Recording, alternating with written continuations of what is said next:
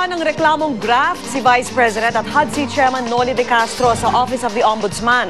Kaugnay po ito sa kontrobersyal na Smoky Mountain Development and Reclamation Project. Bukod kay De Castro, inireklamo rin ng complainant na si Ligorio Naval, ang tatlo pang opisyal ng gobyerno, at si R2 Builders Chairman of the Board of Directors, Regis Romero. Sa ilalim ng proyekto, ang R2 Builders ang gagastos sa halagang 6 billion pesos. Ang problema, hindi natuloy ang proyekto dahil kinulang ng pondo ang kumpanya.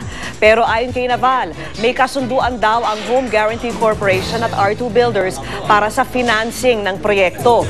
Kampante naman si De Castro na mababasura ang reklamo dahil wala raw itong basehan. Giit pa niya, walang midnight deal sa proyekto.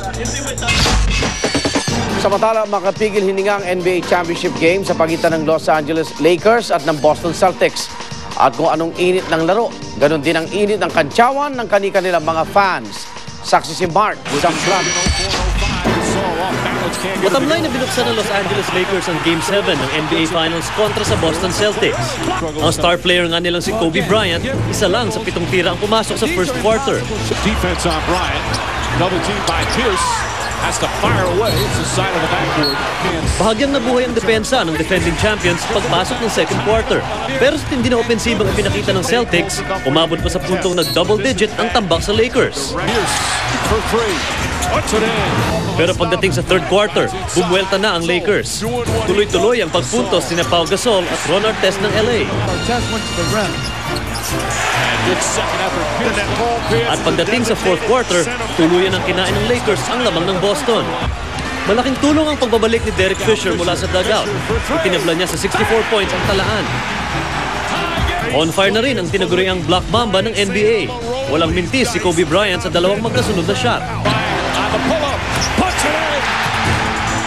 Hindi na nakabalik pa sa laro ang Celtics. At sa final score na 83-79, naiuwi ng Lakers ang kanilang ika-16 na kampyonato. The LA Lakers, the 2010 NBA champions. Gaya ng kanilang mga idolo, todo rin ang pagbubunyi ng mga Laker fans na nanonood mula sa telebisyon. Ang ibang diehard fans, suot-suot pa ang team colors ng kanilang mga pambato. Sa tindi ng aksyon, tila tumigil nga ang paggalaw ng mundo para sa ilan. Pati sa Malacanang, isang oras na delay ang lingguhang press briefing dahil marami ang di nakabitaw sa laro. Tutok din ng ilang empleyado ng COMELEC.